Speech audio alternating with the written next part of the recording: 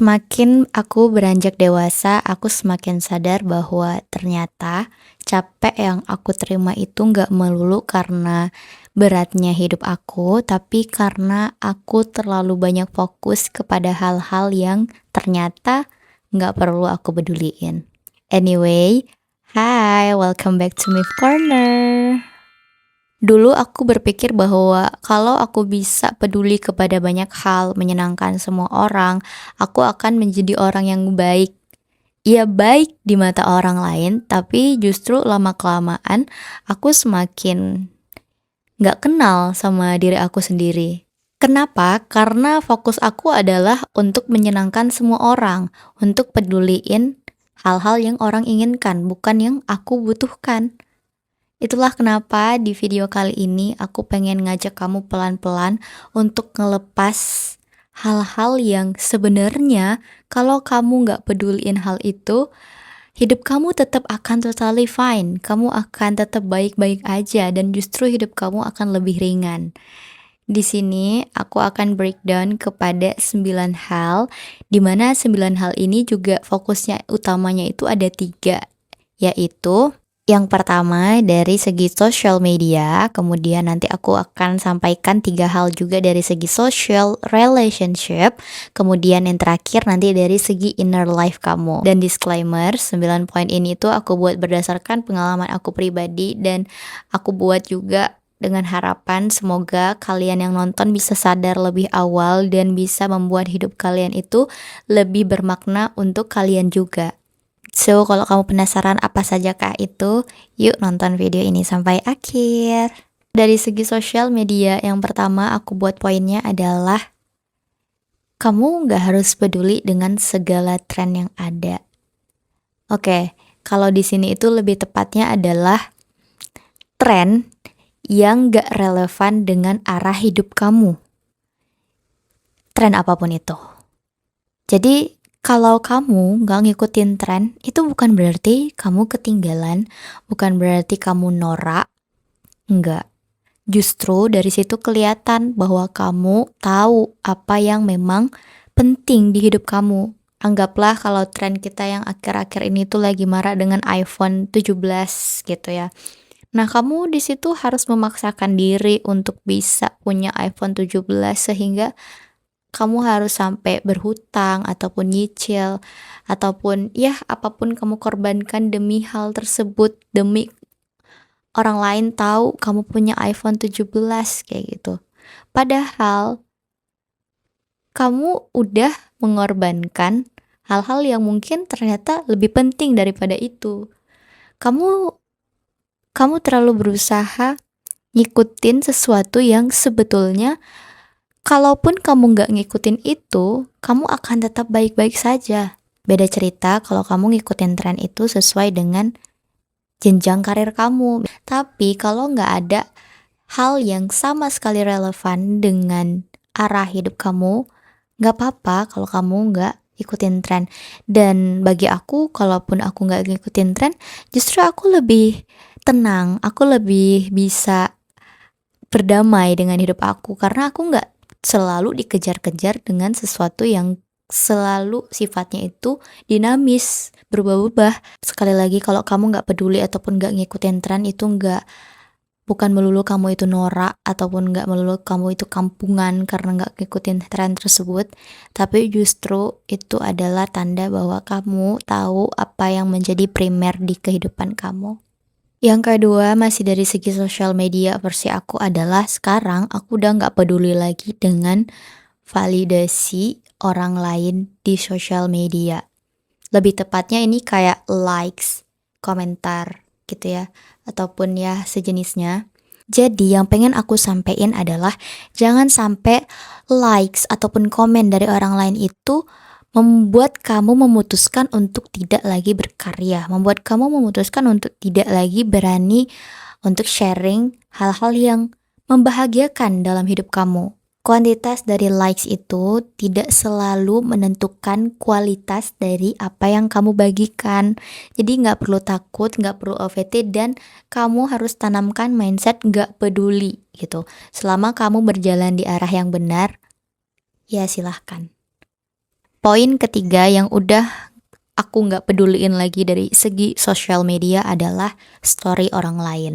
Jadi intinya untuk story-story yang bagi aku itu tidak menunjang kehidupan aku untuk lebih baik, yang justru itu membawa energi-energi negatif ke kehidupan aku, ya nggak masalah, aku udah nggak peduli lagi dengan hal tersebut. Aku akan fokus kepada sesuatu yang menurut aku itu bagus, menenangkan ketika aku lihat. Itu aja. Move kepada segi yang lain, yaitu social relationship. Kebetulan aku anak sosial, jadi poin yang pertama berdasarkan pengalaman aku dan di titik sekarang itu aku udah nggak peduli lagi dengan mimpi orang lain. Maksudnya gimana tuh, Kak? Maksudnya adalah mimpi orang lain itu nggak menjadi patokan untuk aku membuat mimpi aku sendiri. Misal nih ya, orang dia mungkin punya goals ataupun apa di umur segini dia udah punya ini, udah punya itu, ya nggak apa-apa gitu. Jadi itu adalah kehidupannya dia. Aku punya kehidupan aku juga.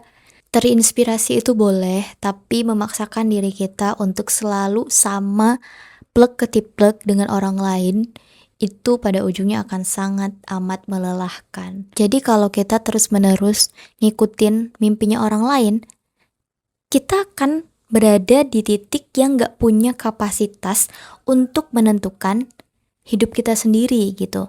Pada ujungnya kamu juga akan menjadi orang yang selalu bingung nih arah hidup kamu itu kemana. Makanya aku bilang aku di sini udah nggak peduli lagi dengan mimpi orang lain. Terserah dia mau menjadi apapun itu adalah haknya dia. Dan di sini kapasitas aku untuk aku juga memiliki mimpiku sendiri. Poin yang kedua dari segi social relationship adalah nggak drama pertemanan. Alhamdulillah aku pengen bilang bahwa aku bersyukur banget kalau misalnya dari dulu itu aku emang orang yang gak suka drama dengan orang lain gitu. Tapi aku pernah ada di momen yang aku tuh aku ngerasa sedih gitu setelah aku selesai kuliah ya. Aku ngerasa sedih karena teman-teman aku tuh yang almost sangat-sangat baik gitu ya menurut aku.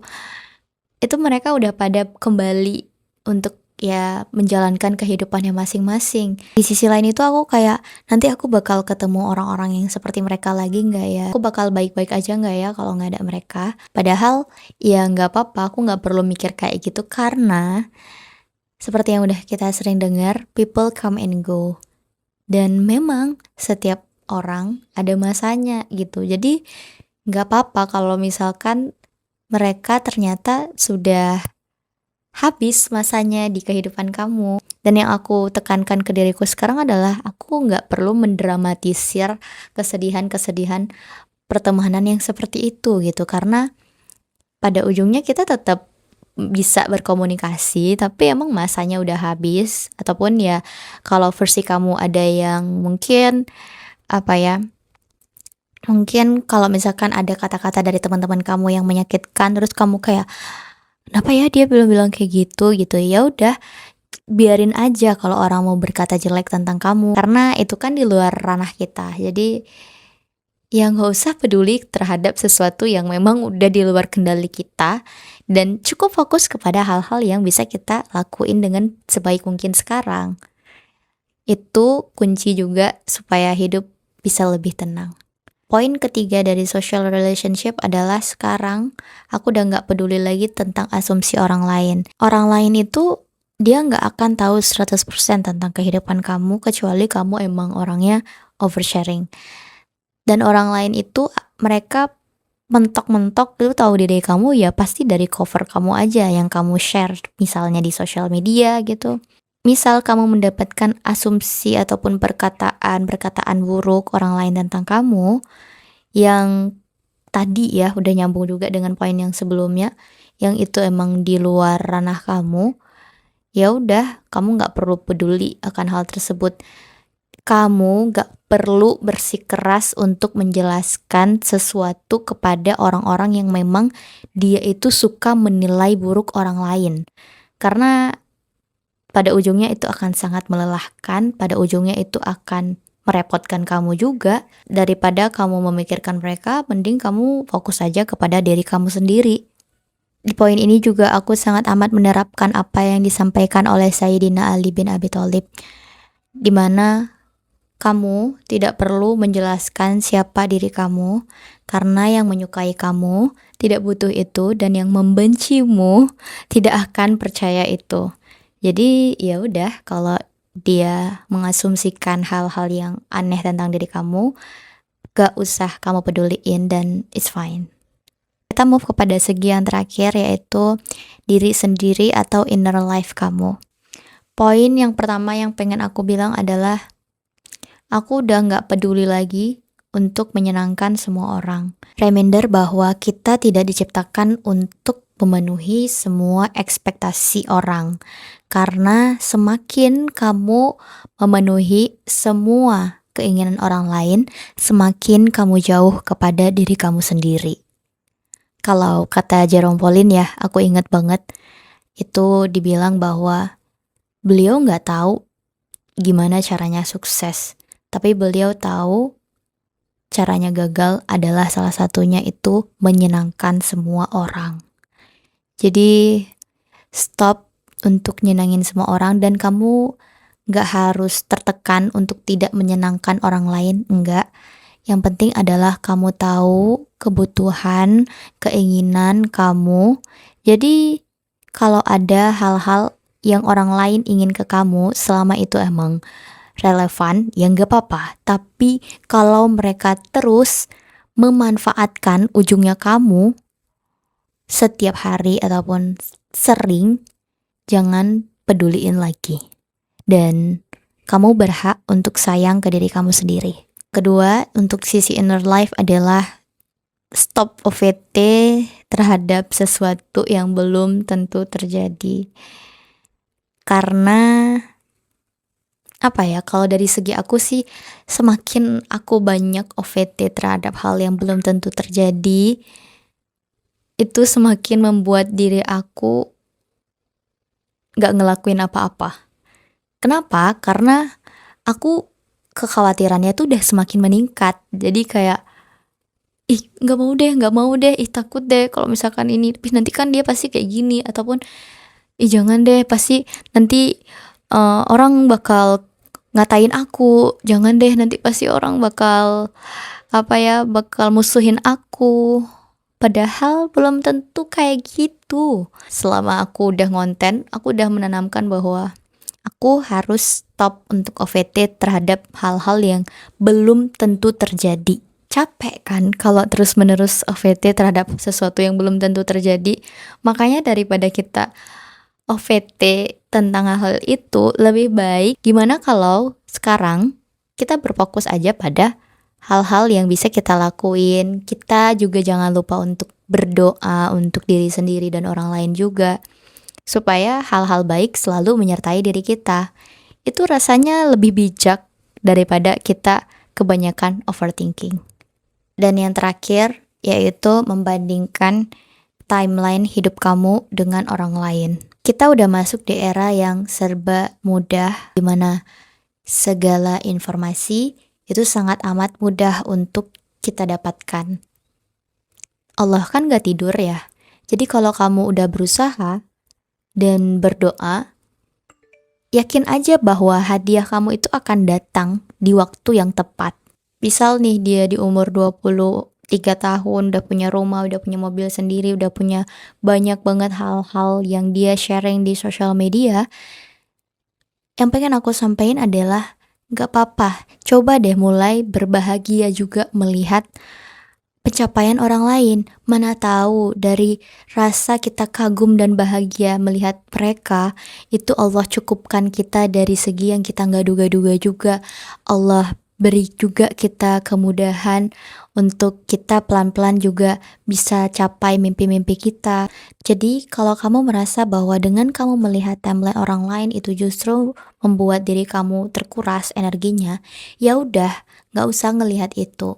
Tapi kalau aku bisa bilang adalah, kamu harus percaya bahwa selama kamu berusaha dan berdoa, insya Allah pasti akan selalu ada jalan yang tidak kamu sangka-sangka untuk kamu bisa menuju arah yang kamu inginkan sesuai dengan waktu yang Allah berikan kepada kamu. Kamu lagi kuliah misalnya, teman-teman kamu ada yang udah lulus duluan gitu ya. Ya nggak apa-apa, kamu udah berusaha kan? Kamu nggak berhenti berjuang kan? Percaya aja, cukup percaya bahwa akan ada waktu yang tepat juga untuk kamu. Dan jangan pernah untuk mengukur timeline orang lain dengan timeline kamu juga. It's okay to not be okay sometimes, karena setiap orang punya waktu bertumbuh yang berbeda. Jadi semakin kesini pahamkan bahwa ternyata benar kata Sana, ada banyak hal yang perlu gak diapa-apain, dan hidup itu bukan soal menambah beban, tapi gimana kita bisa melepaskan pelan-pelan sesuatu yang begitu sangat banyak menguras energi kita, sehingga kita bisa lebih ringan, lebih damai untuk menjalani kehidupan kita sendiri. So, dari 9 poin yang udah aku sebutin tadi, kira-kira mana yang paling relate dengan kehidupan kamu?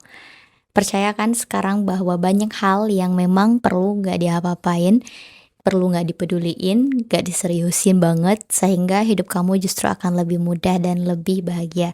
Jangan lupa sharing ya, nanti aku akan bacain satu persatu dan kita bakal diskusi juga di sana. Kalau kamu suka dengan video aku yang begini, jangan lupa untuk like, comment, dan subscribe Beef Corner supaya kamu gak ketinggalan video aku yang berikutnya. Thanks for watching guys.